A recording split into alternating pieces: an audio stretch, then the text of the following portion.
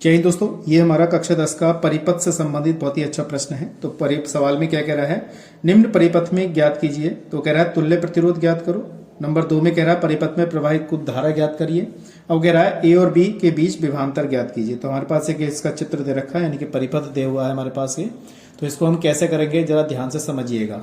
तो सवाल आपको बहुत इंटरेस्टिंग होने वाला है सवाल आपके लिए, क्योंकि कल 4 तारीख में आपका बोर्ड एग्जाम है। तो इसको केयरफुली करिएगा, जितना आप कर सकते हैं उतना आपको अच्छी तरह वहां पे नंबर प्राप्त कर सकते हैं। तो 4 मार्च को होने वाली परीक्षा आपके लिए बहुत इंपॉर्टेंट है, तो देखिएगा उसमें ये सवाल आ सकता है। ठीक है, तो हमारे पास क्या एक परिपथ दे रखा है, इसमें 12 वोल्ट की एम्पियर 12 वोल्ट की हमारे पास यहाँ पे बैटरी लगी हुई है। ये हमारे पास जो इसका सर्किट दे रखा है ये हमारा समांतर क्रम में है, ये भी हमारा समांतर क्रम में है। और ये हमारे पास क्या है, एक हमारे पास कुंजी दे रखी है। जब हम पॉइंट ऑन करेंगे तो इसमें धारा बहने लगेगी।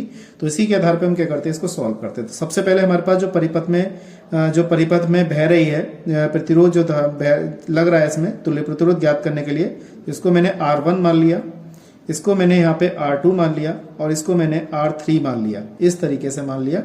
ये हमारे पास क्या है, हमारा R4 है और ये हमारा क्या है, R5 है। इस तरीके से मैंने यहाँ पे एक परिपथ के नाम दे दिए। अब हम इसको ज्ञात करेंगे। सबसे पहले हम इसको देखते हैं, ये हमारा क्या है, समांतर क्रम में है। तो इसको हम निकालते हैं। तो 1/R बराबर, यहाँ 1/R1 लिखेंगे, 1/R2 लिखेंगे, 1/R3 लिखेंगे। इस तरीके से मैंने यहाँ पे लिख लिया। तो 1/R बराबर R1 का मान हमारे पास 30 है, इसका मान हमारे पास 20 है और इसका मान हमारे पास 60 है। ठीक है दोस्तों, और सबसे बड़ी संख्या हमारे पास 60 है, तो एलसीएम भी हमारे यहाँ पे क्या आ जाएगा, 60 ही आ जाएगा। तो ये वाला पद जो है ये 2 बार कट जाएगा, 20 तिया 60 हो जाएगा और 60 एकम 60 हो जाएगा। इस तरीके से लिखा मैंने सॉल्व करने के लिए। तो 1/R बराबर हमारे पास यहाँ कितना रहा, ये हो जाएगा 6/60। तो ये कट जाएगा 10 बार। तो 1/R बराबर 1/10। तो हमारे पास क्या संख्या बची, R बराबर हमारे पास 10 ओम का प्रतिरोध हमारा इसके बीच में बहने लगा। यानी कि समांतर क्रम से हमने क्या किया, इसको श्रेणी क्रम में बदल दिया। इसके बाद अगर हम देखें, अब हम यहाँ पे इसको निकालते हैं, ये वाला प्रतिरोध के बारे में बात करते हैं हम, ये वाला। तो कैसे करेंगे, यहाँ पर ये भी हमारे पास देखें तो ये भी हमारे समांतर क्रम में दे रखा है, तो इसको भी श्रेणी क्रम में बनाएंगे। तो हमारे पास क्या है, ये हमने R माना था तो इसको भी हमने R' मान लिया और ये हमारे पास R4 आ जाएगा और ये वाला हमारे पास R5 हो जाएगा। तो 1/R' बराबर R4 का मान यहाँ पे हमारे पास कितना 10 है और इस पे हमारे पास कितना है 40 है। तो ये चीज आई। ज्यादा बड़ा सवाल नहीं है, बहुत इजी है, छोटा सा है, बस पेपर में आ सकता है, इसको केयरफुली कर लीजिएगा। तो ऐसे आ जाएगा। तो इसका एलसीएम कितना आ गया हमारे पास, यहाँ पे 40 आ जाएगा, 10 चौक 40 और 40 एकम 40। तो 1/R' बराबर कितना है, 5/40, यानी कि डैश है ये। तो 1/R', तो यहाँ पे निकाल लेंगे। तो R' बराबर 40/5, तो 5×8 40। इस तरीके से हमने निकाला। तो R' का मान आ गया 8 ओम आ गया। तो दोनों प्रतिरोध में हमने ये निकाल लिया। अब ये वाले अगर देखें तो ये श्रेणी क्रम में आ गए दोनों। तो श्रेणी क्रम में प्रतिरोध निकाल लेते हैं इसका। तो कितना हो जाएगा, इसको लिख लेंगे R', ऐसे मान लेंगे। तो यहाँ पे R और प्लस का R'। तो R' में हमारे पास देखें तो इसका R का मान कितना 10 ओम है और इसका R' का मान कितना हमारा 8 है। तो ये हमारा आ गया 18 ओम आ गया। यानी कि इसमें इस प्रतिरोध में बहने वाली तुल्य प्रतिरोध धारा जो है वो कितनी है, 18 ओम की तुल्य प्रतिरोध की धारा बह रही है। अब वो कह रहा है सवाल में परिपथ में प्रवाहित कुल धारा बताइए यहाँ पर कितनी हो जाएगी।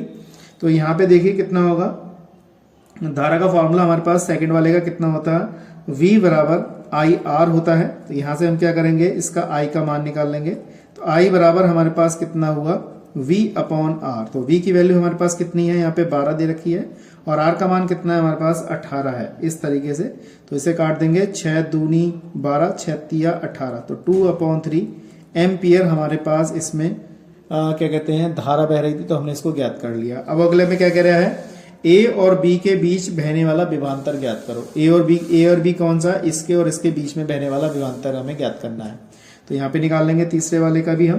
तो कैसे निकालेंगे, तो विभवांतर हमारे पास जो है V बराबर IR होता है, V बराबर IR। तो इसके बीच में हमारे पास तुल्य प्रतिरोध कितना आया था, तो इसके बीच में तुल्य प्रतिरोध हमारा 8 आया था। तो यहाँ पे लिख लेंगे।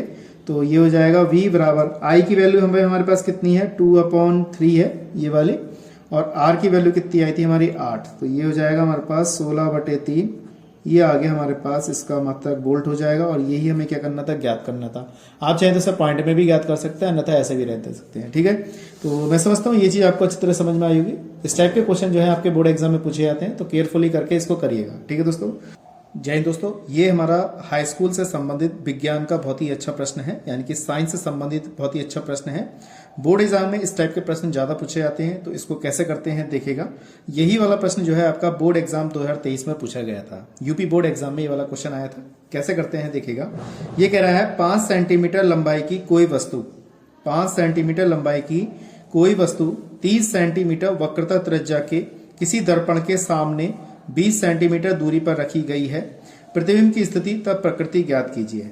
अब सबसे इंपॉर्टेंट बात यहाँ पर यह है कि हमें यह नहीं पता कि दर्पण कौन सा है, तो यहाँ पे हम ये सारी जो वैल्यू दे रखी है इससे हम पता करेंगे कि दर्पण हमारे पास कौन सा है। तो सबसे पहले देखिए, हमारे पास लिखा है 20 सेंटीमीटर लंबाई की कोई वस्तु है। तो जो लंबाई की वस्तु होती है वो हमारा ऑब्जेक्ट होता है, यानी कि लिख सकते हैं वस्तु की लंबाई। लिख सकते हैं वस्तु की हमारी क्या है, लंबाई दे रखी है। कितनी दे रखी है, 5 सेंटीमीटर हमारी लंबाई दे रखी है।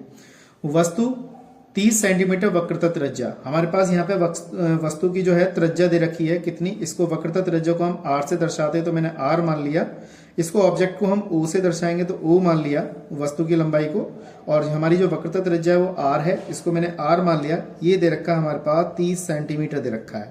ठीक है, तो किस दर्पण के सामने 20 सेंटीमीटर की दूरी पर रखी गई है, तो हमें यह बताना है किस सेंटीमीटर की दूरी पर रखी हुई है। तो मान लीजिए वस्तु जो भी होती है वो माइनस में होती है, ये बात ध्यान रखिएगा।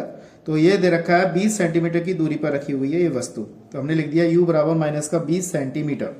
इस तरीके से मैंने यहाँ पर लिखा। ठीक है, मैं समझता हूँ ये चीज आपको अच्छी तरह समझ में आ गई होगी।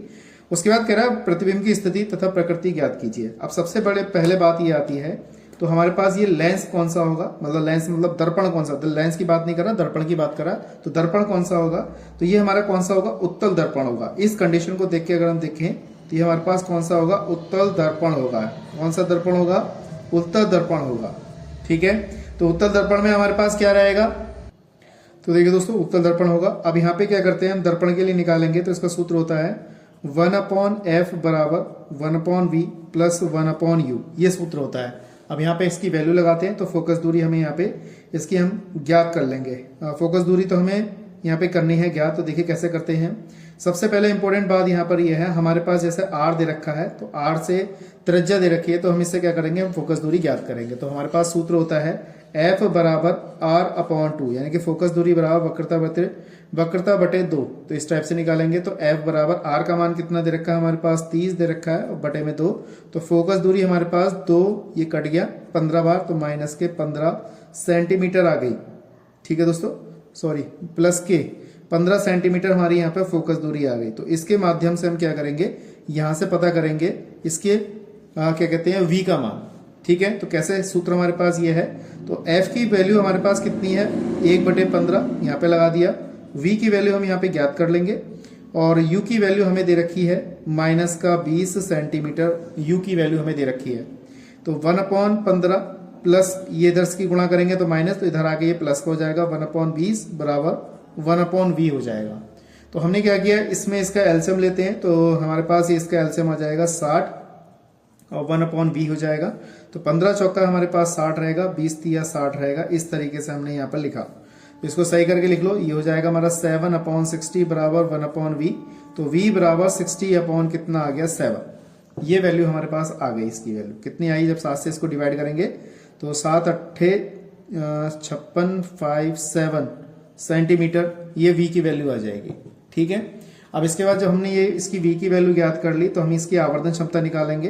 तो आवर्धन क्षमता का फॉर्मूला होता है m बराबर I कितना ऑब्जेक्ट, यानी कि वस्तु की लंबाई हो जाएगी यहाँ पर। तो हमारे पास m बराबर I की वैल्यू ये किसके बराबर होती है, आप चाहे तो ऐसे लिख सकते हैं v/u, या आप डायरेक्ट यहाँ पे लिख सकते हैं माइनस का v/u। इस तरीके से लिख सकते हैं, चाहे तो ऐसे लिख लो चाहे इस टाइप से लिख लो, बात एक ही रहेगी, एक ही बात है उसका। तो यहाँ पे हम क्या करेंगे, I की वैल्यू निकालते हैं। तो I बराबर हमारे पास कितना रहेगा, माइनस का v/u इंटू ऑब्जेक्ट। तो I बराबर, क्योंकि हमें इसकी स्थिति बतानी है, तो v की वैल्यू हमारे पास कितनी आई है, 8.57 आई है। u की वैल्यू हमें दे रखी थी 20, और ऑब्जेक्ट कितनी दूर है हमारे पास, 5 सेंटीमीटर लंबा है ऑब्जेक्ट। तो ये 5 से 5 कैंसिल हो गया, तो 5 चौक 20 हो जाएगा। तो I बराबर, जब इससे इसको काटेंगे हम तो 4 दूनी 8, तो लगभग 4 4 और 4 16, हाँ तो 2.24 सेंटीमीटर हमारे पास इसकी स्थिति आ गई। बात समझ में आ गई दोस्तों? मैं समझता हूँ ये चीज आपको अच्छी तरह समझ में आ गई होगी। अगर मान लीजिए अगर ये तो हमारा चलो उत्तल दर्पण था, मान लीजिए अगर ये उत्तल दर्पण था, अगर मान लीजिए वो कहता है यहाँ पे अगर अवतल दर्पण हो जाए तो कैसे हल करते, वो भी समझ लीजिएगा। उसके माध्यम से भी इसको मैं समझा देता हूँ, आपको कंफ्यूजन नहीं होगा। ठीक है दोस्तों, अगर मान लीजिए ये हमारा कौन सा होता, अवतल दर्पण होता, कौन सा होता, अवतल दर्पण होता, तो कैसे निकालते इसे। अवतल दर्पण क्या होता है, फोकस दूरी जो होती है वो माइनस में होती है, तो माइनस के 15 सेंटीमीटर मानते। ठीक है दोस्तों, तो माइनस के 15 सेंटीमीटर इसको मानते। उसके बाद हम क्या लिखते हैं यहाँ पर, एफ तो आए हमारे पास, तो यहाँ से वी की वैल्यू निकालते, 1/v बराबर 1/f माइनस के 1/u। डायरेक्ट मैंने यहाँ से v की वैल्यू निकाली, इस टाइप से लिख दिया। तो 1/v बराबर यहाँ पे इसकी वैल्यू माइनस के 15 माइनस 1/u। u की वैल्यू हमारे पास कितनी थी, अभी हमारे पास थी माइनस का 20। इस तरीके से निकालेंगे। 1/v बराबर माइनस के 15 प्लस का 1/20, इस टाइप से लिखा जाएगा। तो कितना बचेगा, 1/v। ये यहाँ पे हमने एलसीएम लिया, तो कितना आ गया एलसीएम हमारे पास यहाँ पर। ठीक है, ये भी हमारे पास एलसीएम 60 ही आएगा। तो 15 चौका 60 ऐसा माइनस का आएगा, तो 20 तिया 60 प्लस का आएगा। तो 1/v बराबर माइनस के 1/60, इस तरीके से लिखेंगे। तो v की वैल्यू हमारे पास माइनस के 60 सेंटीमीटर आ गई। आई बात समझ में आपको? तो ये माइनस का आ गया इतना हमारे पास, और दर्पण के ये आगे बनेगा, क्योंकि माइनस में है तो दर्पण के आगे बनेगा। कहाँ बनेगा, आगे। कहाँ के, दर्पण के आगे बनेगा। ये बात ध्यान रखिएगा। अब इसकी अगर हम इमेज निकालें, यानी कि इसकी स्थिति निकालें, तो माइनस का v/u इंटू इमेज ऑब्जेक्ट, इस टाइप से लिखेंगे। तो इमेज हम ज्ञात करेंगे, तो माइनस v की वैल्यू हमारे पास प्लस का यहाँ पे 60 है, तो प्लस का 60 हो जाएगी। और u की वैल्यू हमारे पास माइनस का 20 है, और ऑब्जेक्ट 5, तो 20 तिया 60 हो जाएगा, तो माइनस के 15 ये आ गया। ये कहाँ है, वस्तु से बड़ा प्रतिबिंब, क्योंकि माइनस में है तो वस्तु से बड़ा प्रतिबिंब बनेगा, तो यहाँ पे लिख देंगे। ठीक है दोस्तों, ये बात आपको ध्यान में आ गई होगी, मैं समझता हूँ अच्छी तरह समझ में आ गया होगा। तो यहाँ पे इसकी स्थिति लिख देंगे हम, यहाँ पे कितना आ जाएगा। तो यहाँ पे हमारे पास क्या लिखेंगे, यहाँ लिखेंगे प्रतिबिंब अवतल दर्पण के पीछे, अवतल लिख देंगे दर्पण के सामने, ऐसे लिखेंगे दर्पण के सामने 60 सेंटीमीटर की दूरी पर बनेगा, इस टाइप से लिखेंगे। और कैसा बनेगा, वास्तविक बनेगा। कैसा बनेगा, वास्तविक बनेगा, उल्टा बनेगा, तथा वस्तु से बड़ा बनेगा। कैसा बनेगा, वस्तु से बड़ा बनेगा। ये बात ध्यान रखिएगा, वस्तु से बड़ा बनेगा। तो हमने इस टाइप से हमने दोनों तरीके से यहाँ पे ज्ञात किया, और मैं समझता हूँ ये चीज आपको अच्छी तरह समझ में आ गई होगी। सवाल अच्छा था, कंटिन्यूस प्रैक्टिस में कर सकते हैं, क्योंकि कल को आपका क्या कहते हैं पेपर है 4 तारीख में अर्ली मॉर्निंग, तो इसलिए आप उसको प्रैक्टिस करिएगा। ठीक है दोस्तों, तो आज के लिए इतना ही। नेक्स्ट वीडियो मिलते हैं ऐसे इंटरेस्टिंग क्वेश्चनों के साथ। जय हिंद, जय भारत।